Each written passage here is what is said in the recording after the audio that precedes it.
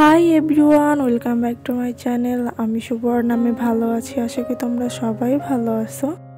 এটা হচ্ছে আমার দাদার বৌভাতের দিন ছিল।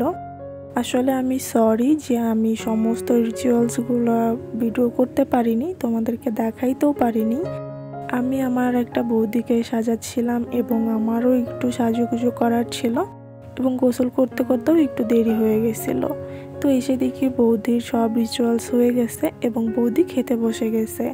তো তারপরে দেখলাম আমাদের বাড়ি থেকেও অনেক আসছে, তো ওদেরকেও একটু ভিডিও করে নিলাম এবং দেন আমিও খেতে বসে গেছি। যেহেতু সেই সকালে খেয়েছিলাম, পরে আর খাওয়া হয় নাই, তার জন্য আমিও খেতে বসে গেছি।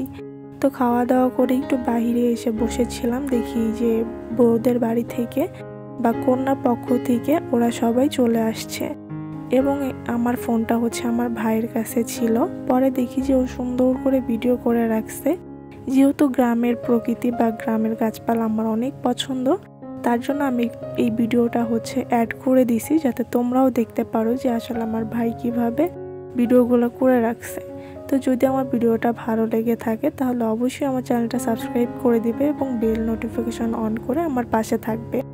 এখানে হচ্ছে বৌদির ফটোশ্যুট চলতেছিল।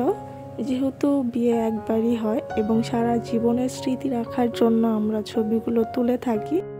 আসলে আমার বৌদির যে বাসর ঘর, এটা আমার একদমই পছন্দ হয়নি, এটা আমার পার্সোনাল ওপিনিয়ন। কারণ আমার খুব ইচ্ছা ছিল যে ফুল দিয়ে সাজাবে, আমি দাদাকে বলছিলামও ফুল দিয়ে সাজানোর জন্য, কিন্তু দাদা আসলে ফুল খুঁজে পায় নাই, এর জন্য সাজানো হয় নাই। আর এখানে আমার হচ্ছে ভাগ্নি 3 নাচতেছিল। তো দেখো ওরা কি সুন্দর করে নাচতেছে। আমি আসলে এগুলা পারিও না, এগুলার কাছেও যাই না।